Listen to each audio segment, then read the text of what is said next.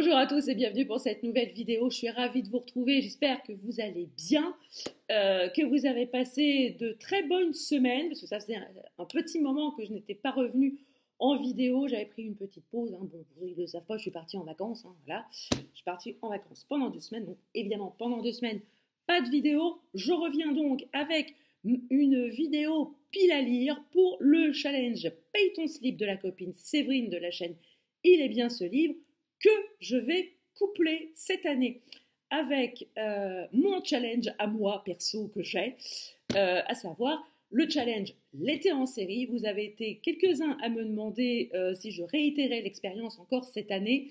Donc la réponse est, je vous le dis là, tout de go, tout de suite, à tous, oui. Cette année encore, l'été en série, le challenge l'été en série aura lieu. Il aura lieu du 1er juillet au 31 août. Donc si vous faites le challenge de Séverine, vous pouvez tout à fait le coupler, avec, si vous avez l'intention de lire des sagas. Je rappelle le principe de l'été en série. Il s'agit de profiter des 2 mois d'été pour ou commencer, ou continuer, ou terminer une saga de romans, BD, manga, comics, que vous avez envie de lire, que vous avez envie de lire dans son entièreté, ou que vous avez commencé et que vous souhaitez finir. Donc voilà, parce que voilà, ça m'est venu, parce que je me suis rappelé tout simplement, quand j'étais un peu plus jeune, on avait ce qu'on appelait la saga de l'été en feuilleton à la télé. C'était sur TF1 ou sur France 2, je ne sais plus. Je crois que les 2 chaînes le faisaient. Et donc on avait la saga de l'été. Je me suis dit pourquoi pas retransposer ça en saga littéraire, roman, BD, comics, manga. Donc voilà, vous avez le principe qui est posé. Si vous souhaitez y participer, n'hésitez pas. Donc, je vais vous montrer la palle que je compte me faire cet été. Alors, tout en sachant que c'est une palle, on va dire, quelque peu ambitieuse, faut bien le dire. Mais bon, le challenge de Séverine va du 1er juin au 31 août. Moi, l'été en série, ça va du 1er juillet au 31 août. Donc, il y a moyen de moyenner, comme on dit. Donc, je vais vous montrer ma palle pour le challenge Paye ton slip. Je pense que je vais viser à peu près entre 30 et 40. Donc, je suis à peu près entre le L et le XL en termes de taille de slip. C'est plutôt, on vise plutôt la taille parachute quand même. Autant dire les choses comme elles sont. Et alors, la saga que je compte lire, je vous en ai déjà parlé pour le mois de la fantaisie, mais je vous en reparlerai peut-être un petit peu plus tard et un peu plus longuement dans la vidéo dédiée pour le challenge l'été en série, parce que je prépare aussi une série de vidéos, comme j'avais fait l'année dernière, l'été en série tour, avec plusieurs copains youtubeurs et instagrammeurs. Donc je vous parlerai de ça. Mais sachez que je compte poursuivre la lecture des Annales du Disque Monde, saga qui est en 41 tomes. Je pense que je ne vais pas lire les 41 tomes cet été, mais j'espère bien avancer. Bref. Donc, sans plus attendre, voici ma palle pour le challenge Paye ton slip. Alors je fais très attention parce que les livres sont à côté de moi et je pense qu'ils vont tous se casser la gueule à un moment ou à un autre. J'espère que non, parce que sinon ça va faire du dégât. Donc j'espère que vous êtes bien installés parce qu'on risque d'en avoir pour un petit moment. Donc on va commencer tout de suite avec La malédiction des Dragon's Blood, le tome 4 de Anne Robillard aux éditions Michel Lafon. Je devais le lire pour le mois de la fantaisie, j'ai pas eu le temps, mais comme je l'ai en emprunt bibliothèque, je vais commencer par les 2 qui suivent, là, incessamment sous peu. Là, je termine ma lecture en cours et je vais me plonger dedans. Donc, c'est un tome 4. Je ne vais pas vous refaire l'affront de faire le résumé pour éviter de vous spoiler. Je vous invite à regarder les vidéos qui parlent des tomes précédents si vous souhaitez en savoir plus. Mais bon, il va y passer. J'adore le travail de couverture. J'essaie de vous le montrer sans que ça brille de trop. Le travail de couverture sur ces romans. Il faut savoir que toute la charte graphique des romans d'Anne Robillard qui sont parus chez Michel Lafon est absolument sublime. Je vais ensuite attaquer l'affaire Clara Miller d'Olivier Ball, publiée aux éditions XO. J'en ai entendu beaucoup de bien. Il a sorti son 3e roman il n'y a pas longtemps. J'ai envie de le découvrir. Donc voilà, je vais commencer déjà par le début, comme on dit. Ça pourrait aussi rentrer dans l'été en série, décidément. Je vais multiplier les sagas, je pense, cet été. Je pense que je ne vais pas m'en sortir. Bref. Donc là, on est dans un thriller. Je pense que je vous en avais déjà parlé du résumé lors du dernier KTU qui a été publié sur la chaîne. Donc je vous invite, si vous voulez les résumés, je vous invite à regarder directement la vidéo. Alors ensuite, on va commencer à attaquer les piles. Alors, j'ai bien envie de démarrer ces 2 romans. L'immeuble de la rue Cavendish de Caroline Kant avec le tome 1, Les manigances de Margot. Et ici, le tome 2, Charlotte se cherche, aux éditions du Cherche-Midi. Non, pas du tout, aux éditions Les Escales, pardon. Aux éditions Les Escales. Donc c'est une nouvelle collection. Hein, c'est des semi-poches, une nouvelle saga, un immeuble de plusieurs habitants, plusieurs histoires. Donc on va bien voir ce que ça va donner.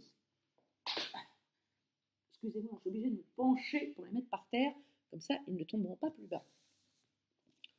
En termes d'autres lectures, je vais lire le dernier Sonia Delzongle, Abîme, aux éditions de Noël, que j'avais acheté au Quai du Polar. J'aime beaucoup l'autrice. Je la suis depuis ses débuts et autant vous dire que j'aime toujours autant sa plume depuis le début. Ça n'a pas changé. J'avais beaucoup aimé sa saga avec la profileuse Anna Baxter et j'ai très très hâte de me plonger dans son nouveau roman. Vous allez voir, hein, il y a de tout, il y a de tous les genres hein, dans cette pile à lire. J'aimerais aussi lire J'aurais aimé te tuer de Petroni Rostagna, aux éditions Marabout dans la collection Black Lab, que j'ai acheté également au Quai du Polar cette année. Ici, voilà, on est dans le nouveau roman de l'autrice avec un nouveau personnage, cette fois-ci masculin. Elle a laissé un petit peu tomber les héroïnes et elle a choisi de mettre en scène un homme en tant que policier et j'ai bien envie de voir ce que ça donne. Un roman que j'ai reçu avant de partir en vacances.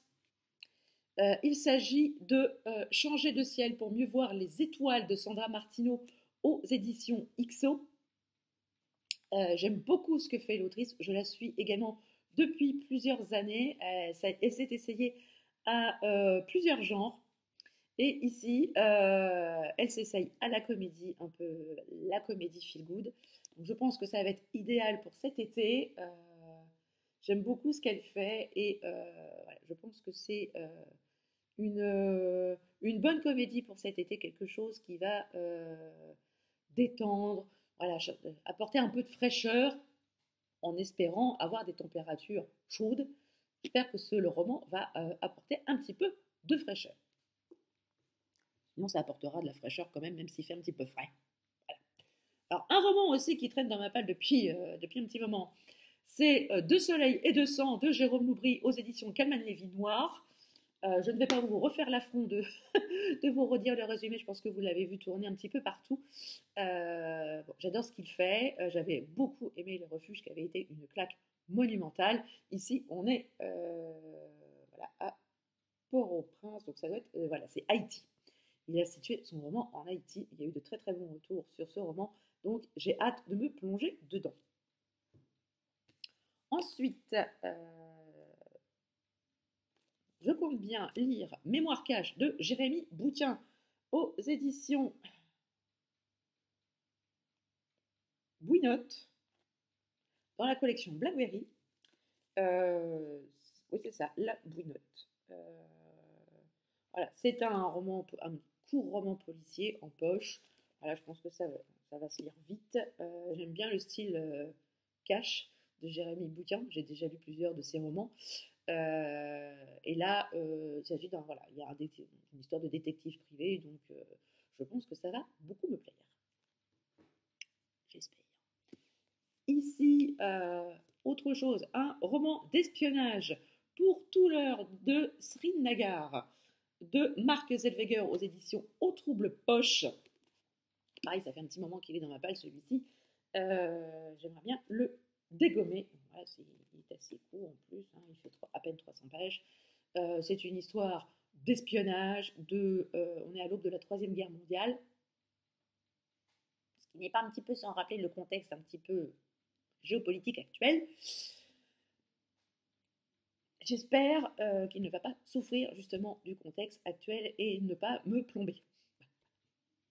Mais bon, je fais confiance à la plume de Marc Zellweger que je connais bien maintenant. J'ai envie de lire également le roman d'Amélie Antoine, Le jour où, aux éditions XO, qui traîne dans ma palle depuis un certain temps. Et si vous êtes des fidèles de la chaîne, ça fait sur plusieurs pales que vous le voyez. Et j'espère cette fois-ci vraiment le sortir, parce que j'aime beaucoup ce que fait Amélie Antoine. Ensuite, on va passer à un thriller, Les Beaux Mensonges. Une enquête de Céleste Ibard de Céline de Rohany aux éditions Presse de la Cité.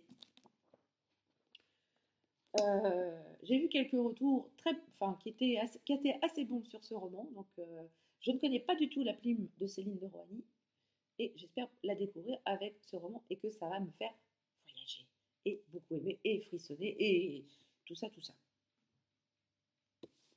Ensuite, on change de registre avec Sachez que nous sommes toujours là d'Esther Safran Foer aux éditions Les Escales. Donc ici, on est avec l'autrice qui découvre que son père avait été marié à une autre femme et qu'il avait une autre famille avant la guerre. Et du coup, elle va se mettre à la recherche de cette deuxième famille, histoire de justement de découvrir un peu plus son passé.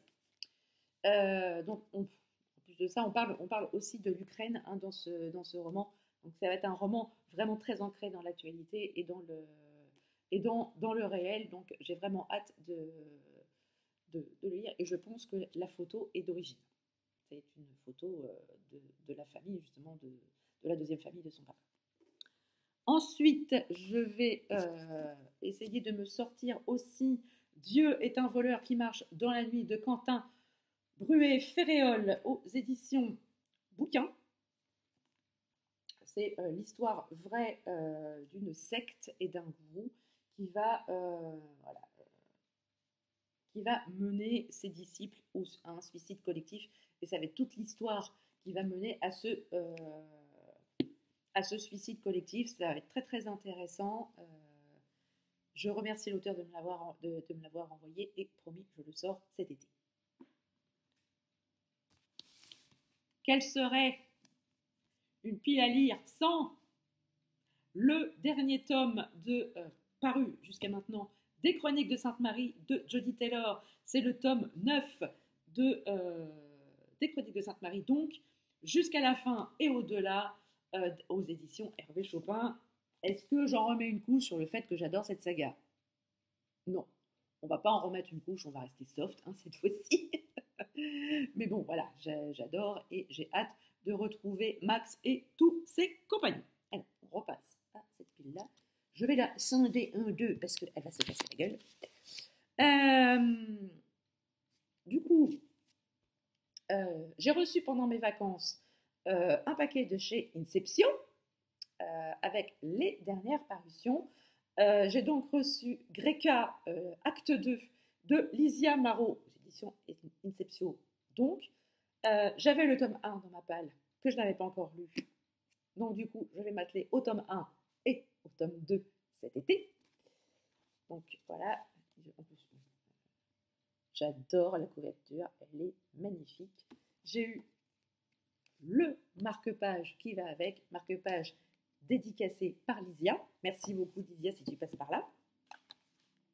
J'ai également reçu À la croisée des rêves le tome 2, L'ombre des songes de chez Inceptio, également écrit par Elie Sohen. J'ai le tome 1 aussi dans ma palle numérique et j'ai reçu le tome 2, donc je vais pouvoir enchaîner les deux. Voilà, je ne vous montre pas hein, les formats numériques, mais ils vont compter dans la palle aussi. J'ai également reçu, j'en profite aussi pour faire un mini KTU aussi, j'ai également reçu 3 romans des éditions du Cherche Midi dans leur nouvelle collection Borderline. Donc j'ai reçu Shaft de Ernest Tidyman, M'appelle pas fillette de Mickey Spillane et Banlieue noire de Rémi Pipin, pas Pipin, rien à voir, Rémi Pépin. Alors, c'est des tout petits, ils sont tout petits, ils sont fluffy hein, quand même, hein. Ils sont tout mous, ça va être idéal pour les vacances, parce que pendant les vacances, on est un petit peu tout mou, il faut bien le dire.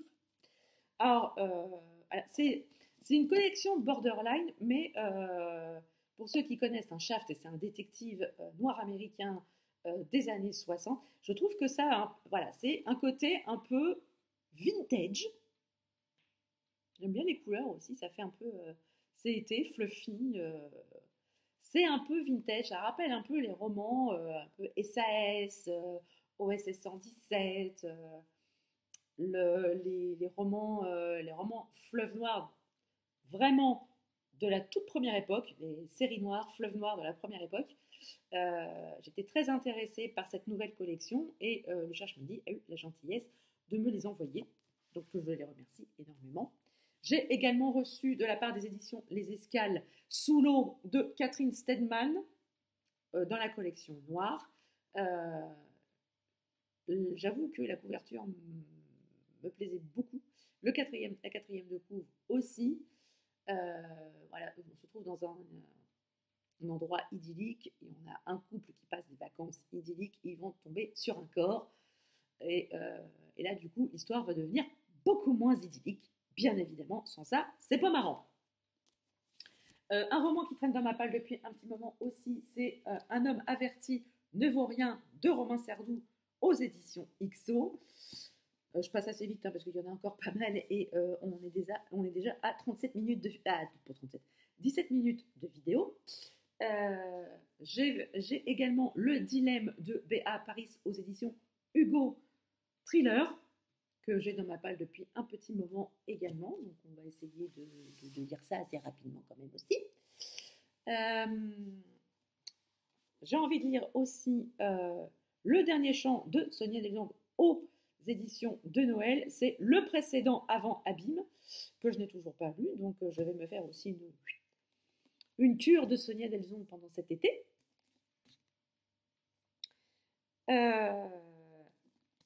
J'ai envie aussi de lire énormément Rien ne nous séparera de Thierry Cohen aux éditions Plomb. Un roman qui va être bouleversant à plus d'un titre. C'est l'histoire d'un couple au Maroc qui a été obligé de placer ses enfants dans un institut parce qu'ils n'arrivaient pas à joindre les deux bouts. Donc, du coup, ils ont décidé de donner la chance aux enfants. Sauf que l'institut va brûler dans un incendie où il n'y aura aucun survivant. Ils sont évidemment bouleversés. Ils culpabilisent d'avoir laissé les enfants là-bas. Quelques années passent et le papa va apprendre que ses enfants ne sont peut-être pas morts dans l'incendie de cet institut. Il va tout faire pour les retrouver. Je pense que ça va être quelque chose d'assez prenant. J'ai envie de lire également Meurtre et Charlotte aux fraises de Joanne Fluck, Les enquêtes d'Anna Swenson, le tome 2 au Cherche Midi. Voilà, j'avais beaucoup aimé le tome 1 hein, de ce cosy mystery qui se passe dans une petite ville où l'héroïne principale tient une boutique de pâtisserie et elle aime bien aussi, entre deux tournées de pâtisserie, résoudre des enquêtes. Pour ceux qui ne connaissent pas, mais je pense que vous devez connaître quand même un petit peu cette saga. Et j'ai aussi grandement envie de me plonger dans Rempart de Mathilde Ferré aux éditions Anne Carrère, que j'ai dans ma palle depuis un petit moment. C'est un roman historique. Et j'ai appris aussi que l'autrice était native d'une petite commune à côté de chez moi. Et donc, je pense, ça me donne encore plus envie de découvrir son roman. Les gars, on va attaquer la dernière pile et pour l'instant, rien ne s'est cassé la figure. Alors, on poursuit avec le tome 2 de Latium de Romain Lutiazo aux éditions Folio SF. J'avais lu le tome 1 avec le copain Jérôme de GG Boutine sur Instagram dans le cadre de Avril autour de la SF. Bon, ça avait été une lecture un petit peu exigeante. J'ai le tome 2.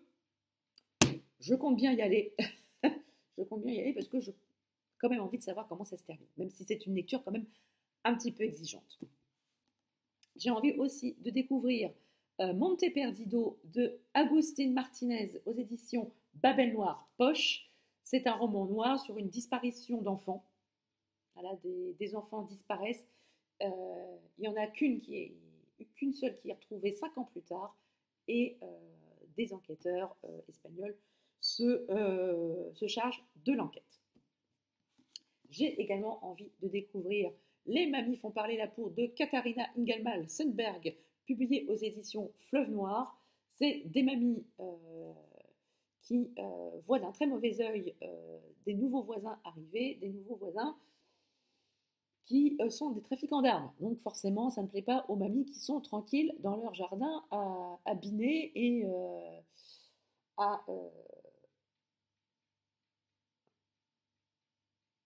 et à être tranquilles dans leur campagne suédoise.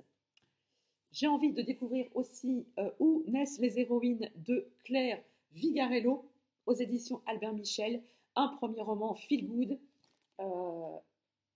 parfait pour cet été, vraiment parfait pour cet été et pour renforcer un petit peu la confiance en soi, l'acceptation de soi tel qu'on est. Donc voilà, j'ai vraiment envie de me plonger là-dedans.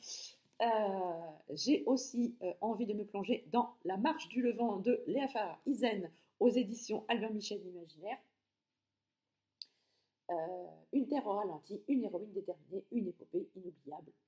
Voilà, moi avec ça, puis avec une couverture qui est signée Hervé Leblanc, une couverture absolument sublime, comme vous pouvez le constater.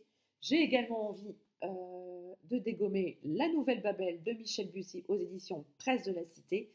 C'est un roman qui sort un peu Michel Bussy de son genre de prédilection. Il y a eu des bons retours sur ce roman. J'ai vraiment envie, voilà, c'est un roman d'anticipation. J'ai envie de m'y plonger à corps perdu, j'ai envie de dire. On arrive à la fin, les gars. J'ai envie de découvrir également Autopsie, chronique d'un médecin légiste de Michel Saponnet aux éditions Plomb. Voilà, donc tout est inscrit dans le titre. Ce sont les chroniques d'un médecin légiste ou comment la médecine légale peut aider les enquêteurs à donner des pistes, des indices, voire un tout autre champ des possibles au niveau des enquêtes policières. J'ai envie également de sortir La mangeuse de guêpes d'Anita Nahir aux éditions Mon Poche. Voilà, place de la femme dans l'Inde de